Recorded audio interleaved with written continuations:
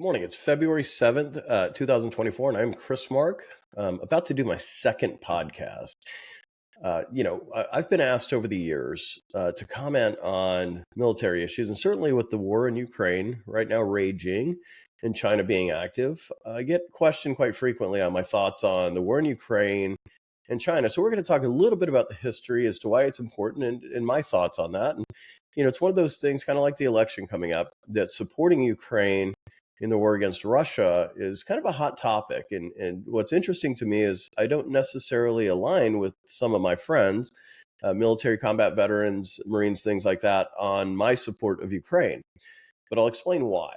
So, to really understand how we got where we are, it's important to have a little bit of history, and it goes back to basically 1988. So 1988, with Gorbachev, the Soviet Union started unraveling, and a lot of people will ascribe that or attribute that to what's called the Reagan Victory School of thought. And so Ronald Reagan, if you recall, started this program called Star Wars. And this is where Strategic Defense Initiative, we didn't have the technology back then, but certainly we were spending a heck of a lot of money with this idea that we would put satellites up that could destroy Russian missiles. So why did Reagan push that and push us into a huge amount of national debt? Well, quite simply, it was a Cold War. We didn't want to start a hot war, but we understood that command economics, which is what communism and certainly the Soviet Union relied upon, was not efficient enough to keep up with capitalism. So, in essence, Reagan felt like we could bankrupt the Soviet Union, and that ultimately is what happened. They started coming apart at the seams because they ran out of money. So, in 1991, late 1991, the Soviet Union collapsed. In early 1991, if you recall, at the end of 1990, Saddam Hussein started a war. He invaded Kuwait.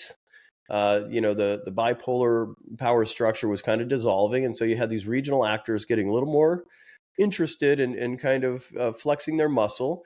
And so he invaded Kuwait. The United States put together a coalition of a number of countries, and we went over there to fight with Iraq. It's kind of interesting. At that time, Iraq had the fifth largest standing army in the world. It was a huge, huge, huge army.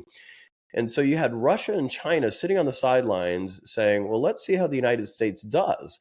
They're going to have to fly, halfway around the world, bring this army in there, and then fight the fifth largest standing army in the world, which, by the way, had just gotten out of an 8-year war with Iran. They had fought a war basically to a stalemate between 1980 and 1988. So you had a lot of military experience, a lot of combat experience. And Iraq at that time was considered to be fairly powerful. Again, fifth largest standing army in the world. They had a dictator, Saddam Hussein, up there. So the United States goes in there. Well, for those that are about my age or remember that war, the prosecution of that war took 96 hours. The fifth largest standing army in the world was defeated by primarily the United States, but again, it was a coalition, in 96 hours. Well, there was one battle in particular that got the interest of China and Russia. It was a battle. It's called 73 Easting, or what's more, kind of generically called the Battle of Medina Ridge. And in this battle, you had the United States 1st Armored Division go up against the Republican Guard. If you read the history of the battle, it's kind of interesting. The Iraqis, they had their best armored division out there, the Republican Guard, in the desert, the Iraqi desert, and they were convinced the United States would not have the ability to navigate through the desert. But we had at that time, and this is going to sound silly in 2024, but in 1991, it was still considered top secret. It was a technology called Global Positioning System, or GPS. So we had it, they didn't. We came through the desert, the coalition, and it was the United States and the Brits, squared off with the Republican Guard. At the end of that battle, it was only a few hours, I believe, where it was really fighting. The United States had one Bradley M2 immobilized infantry fighting vehicle. We had, I believe, 6 fatalities, unfortunately, and we had 18 people wounded.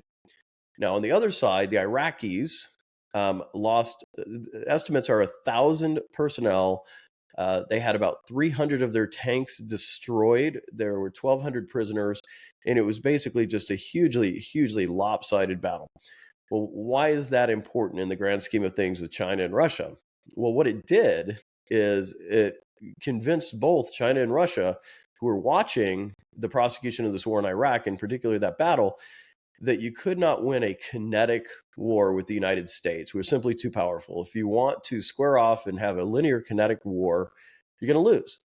So in 1999, the Chinese actually rewrote their military doctrine. They had two PLA colonels. I won't try to pronounce their name. You can look it up. You can actually get the document. It's for free. It's called Unrestricted Warfare. You can get a version on Amazon. Again, Unrestricted Warfare. And in essence, what the Chinese did is they said, look, Americans look at war through the eyes of a military, a very kinetic, operation. They culturally look at it differently. And so I'm going to look over here at my other monitor. And one of the authors said, whether it be the intrusion of hackers, a major explosion at the World Trade Center, or the bombing attack by bin Laden, all of these greatly exceed the frequency of bandwidth understood by the American military. The American military is naturally inadequately prepared to deal with this type of enemy psychology in terms or in measure, and especially as regard military thinking and the methods of operations. So in essence, what the Chinese did is they said, look, our thoughts on warfare are everything. We believe in pseudo wars. So for example, they reference in the document, in the book, that if they can get a byline in a newspaper that kind of denigrates a politician, that promotes them. If you look at what's going on today in our universities, there's a huge influence by the Communist Party in China. They're getting our technology, they're stealing our technology. They've been doing that for years. So all of this is in line with what the Chinese view as warfare, because they understand if you square off with the United States, it's going to be a bad day. It's probably going to be a bad day for all of us. Russia also saw that. Now, what's interesting, and we're going to talk about Russia first, but that kind of sets the stage for where we are today. We have got, as the United States, we've got two what are considered near peer enemies, excluding things like, terrorist groups, folks like that, non-nation state actors. If you were to look at nation state actors, really the near peer enemies that we have are China and Russia. And when I say enemies of the United States, I don't mean they're people are enemies of the United States. Rather, their government is an enemy of the United States, and they've been, both of them, very open about that. Our way of life, the way we, have our politics, our freedoms, things like that, is anathemic to what they believe is, how it should be run. So they are near peer enemies of us. So when you look at, again, going back to the Cold War, it was called a Cold War for a reason, because both sides understood if the Soviet Union and the United States got into a hot war, it could result in the destruction of the world. We both were nuclear powers, huge. And so you had this influx of what were called proxy wars. Arguably, Vietnam was a proxy war. Well, we went into Vietnam to pull the French out of French Indochina and stop the spread of communism under what Nixon called the domino doctrine. He felt like if one small country fell to communism, then all the other ones in that region could fall. So, we went in there to fight the North Vietnamese. The Chinese and the Russians were supporting North Vietnam against us. Fast forward to 1980, the Russians invaded Afghanistan. The Americans, the United States, we supported the Mujahideen against the Soviet Union, and it caused the Soviet Union to limp out of Afghanistan, with their tail between their legs, and really with a huge number of casualties. And this repeats over and over, this idea of proxy wars. And these are just two examples. Even the Korean War can be considered a proxy war at some level. If you look at us fighting in Afghanistan, again, who was supporting the Taliban on the other side? Iraq, Syria is a great example of a proxy war. So when Russia decided to invade Ukraine, he gave the United States a great opportunity. There's an old proverb that says, the enemy of my enemy is my friend. Now, is Ukraine necessarily a friend of the United States? Well, it certainly wasn't. I mean, it was part of the Soviet Union. When you look at cybercrime, I mean, certainly Ukraine was the largest, if not the largest, one of the largest supporters of cybercrime in the world. This is the industry I work in. So were they really friends of ours? Well, that's debatable. However, when Russia invaded Ukraine, it gave the United States an opportunity to do a couple of things. One, we were going to be able to see, up front and close, just how mighty this, vaunted Russian military machinery was. They're very quick to brag about, just how amazing their technology is, and how they can fight wars and prosecute wars. So we were going to be able to see that. Two, it gave the United States an opportunity to proverbially bleed Russia. And that's what we're doing. So a lot of folks say, well, why are we throwing so much money and support behind Ukraine? Well, at the end of the day, one, I don't think anybody believes it's a good idea for Russia to expand their territory into Ukraine and begin that march across Europe, which by all accounts is what Putin wants to do. But as importantly, it gives us the opportunity to really take Russia down a notch. So there, I believe it was a Rand Corporation or somebody came out with a report recently that said that the war in Ukraine in the first 2 years has set back Russia's military modernization effort by 18 years. By 18 years. It set them back by 18 years. This war is going to cost them over $1 trillion in gross domestic product loss. If you look at just the tank losses, and again, they're conservative and certainly overblown estimates, but there are estimates that the Russians now have lost 70% of their modern tanks. Now, again, people will say, well, that's not true. Well, if you look at the tanks being fielded right now in Ukraine, they're now fielding T-55 and T-65 tanks. So in the old Soviet nomenclature, the 2-digit number at the end of the T is the year that they were introduced. So a T-55 tank was introduced in 1955, a T-65 introduced in 1965, a T-72, 1972, and certainly there are upgrades. But at the end of the day, if you're fielding tanks from 1955 on a modern battlefield, that does not basically project the might that you want to project. So they have taken a huge loss. They just had a report that came out that said that 87% of the troops that were used for the initial invasion of Ukraine have either been killed or wounded. 87%. So only 13% of the initial invasion force is still combat effective or still in the fight. They have lost, 90% of certain special forces groups. And these are folks that are not easily replaced. These are not conscripts. These are folks that have spent years learning how to fight wars. They have lost 12 generals at last count. They have lost 12 generals to snipers and various other things. And of course, they lost their flagship of the Black Sea was sunk. The Moskva was sunk early in the conflict. So Russia has really been put back on their heels a little bit. Now, unfortunately, they've got a president that is not going to quit fighting this war. The expectation originally was, and they don't even call it a war in Russia, they call it a special military operation. And they had this belief that they would go into Ukraine and be welcomed with open arms, and in a few days or maybe a few weeks, it would be over, and they would have control of all of Ukraine. Instead, what happened is the Ukrainians decided they were going to fight. And, it's kind of interesting. So the Russians went in there. They did not have great navigational systems, GPS. So they were having to use street signs to navigate through Kyiv and some of these other areas. So the Ukrainians, being clever, went out and started pulling the street signs down so that the Russians could navigate. And they went into basically guerrilla warfare tactics. Now, this is interesting. And if you recall, there's a big Second Amendment fight, and people that are supporters of the Second Amendment, you can probably tell I am based on the shirt I'm wearing, will say, well, my right guaranteed under the Constitution to bear arms, to own and bear arms, is for protection against an overreaching government. And it was actually President Biden that said, you can't fight the United States with rifles, you need F-15s. Well, he couldn't be fundamentally more incorrect about that assumption. Insurgencies work, and they have worked throughout history.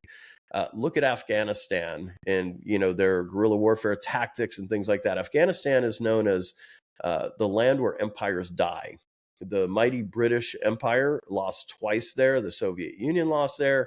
The United States, we certainly didn't accomplish everything we wanted to. It's debatable over whether or not we won or we lost.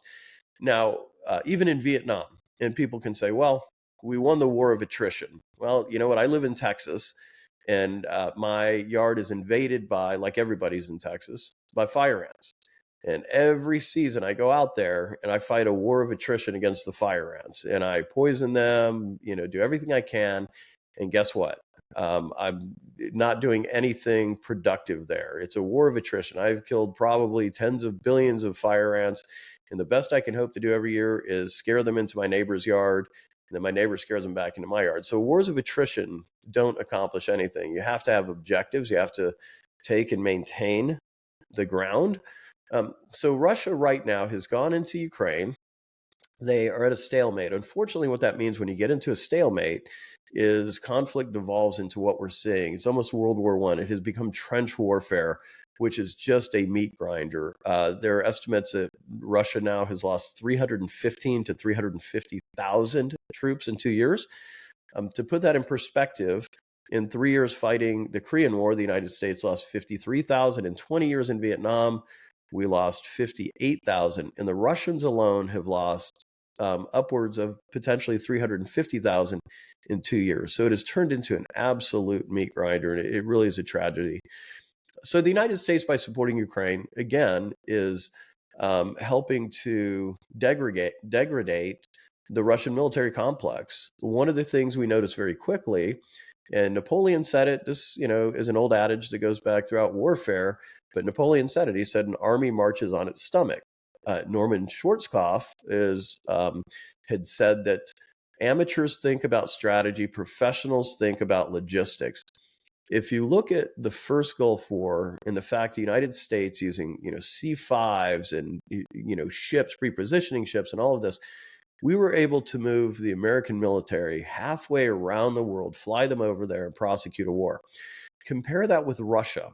Russia invaded their neighbor that is roughly the size of Texas, with a similar population. The GDP is smaller than Texas, but it's basically the size of Texas. So Russia intended to invade essentially Texas, which is their neighbor. And their supply lines have already broken down. They broke down in the first week. They can't fix the machinery that's broken down over there. There's reports of 1,000 tanks sitting out there that just can't even be fixed. They have broken down, can't be fixed. They weren't able to provide fuel. So we're really beginning to see that the Russians are not as mighty as they had projected themselves to be. Now, that being said, they still have nuclear weapons, and they still have a madman. In my opinion, he's a madman with his finger on the button of nuclear weapons. So we have to be very concerned about that. But going back to the original intent of this, do I supporting Ukraine? I do. And the reason for that is quite simple, because for every dollar we put into Ukraine, one, we're not putting American lives in the line of fire, but it is also degrading Russia, and it is showing the rest of the world exactly what they are. We're learning a lot of lessons about their techniques, tactics, their equipment. Certainly everything that they claimed was amazing has turned out to be a lot less than amazing. The Ukrainians certainly are fighting a very, very, very good pitched battle with these folks. But again, we've sent them back 18 years in their military modernization. And that, at the end of the day, helps the United States, in my opinion. When we look at China, China certainly is a near peer. And again, they are prosecuting right now wars against us. I mean, there are numerous spies in the United States. I just saw an article yesterday that said one of the largest groups of migrants crossing the border in Texas is actually military-aged men from China coming over here illegally. Dr. Phil, he made a comment about it. Interestingly enough, he went down to the border and he said, look, you have to question, why are they coming over here? They're not coming over here because they simply want to get jobs. Military-aged young men coming across illegally into the United States probably have something going on. We had the spy balloon a year ago. We just passed that a year ago. We had the spy balloon overhead. If you look at just the corporate espionage that the Chinese, perpetrate on us, the hacking, there was again another report in Fox News last week talking about the expectation that the Chinese are really going to increase their hacking ahead of the election with the intent of creating panic amongst the population. So, following unrestricted warfare, these are all tactics that the Chinese believe give them an advantage. They don't want to fight a pitched kinetic war with the United States. It just doesn't work out well for anybody. So we're in this kind of strange world today. Do I think that we're better served if we have to really focus on one near peer, which is China, which in my opinion is the larger threat? Absolutely. So in my opinion, supporting Ukraine as much as we can, without certainly, I don't think that it's endless support, but I think supporting them now is serving our purposes. Again, the enemy of my enemy is my friend, and we're absolutely allowing the Ukrainians to fight that proxy war. We're supporting them as our NATO members as well, and it is really bringing the hammer down on Russia. So Russia, say that they can fight for the next however many years. I mean, they've got a large population. They'll just keep feeding these young men into the meat grinder. It's very unfortunate, but that's been the way they've prosecuted wars. If you look at World War II, even Afghanistan, they get these conscripts, people out of prisons. They just send them into the meat grinder. I think it's very unfortunate, but that's the way they prosecute wars. So they can continue to send them into the meat grinder, but their equipment is being absolutely destroyed. The Russians claim that they can produce or replace, but on the battlefield, about 100 tanks a month. And that includes new builds, which apparently they're producing about 30 tanks a month of new builds. And then they're pulling out of stockpiles another 70. So the expectation is they can field about 100 tanks a month. Well, the Ukrainians are taking out, on average, about 130 tanks per month. And so, again, we are seeing the degradation of their firepower.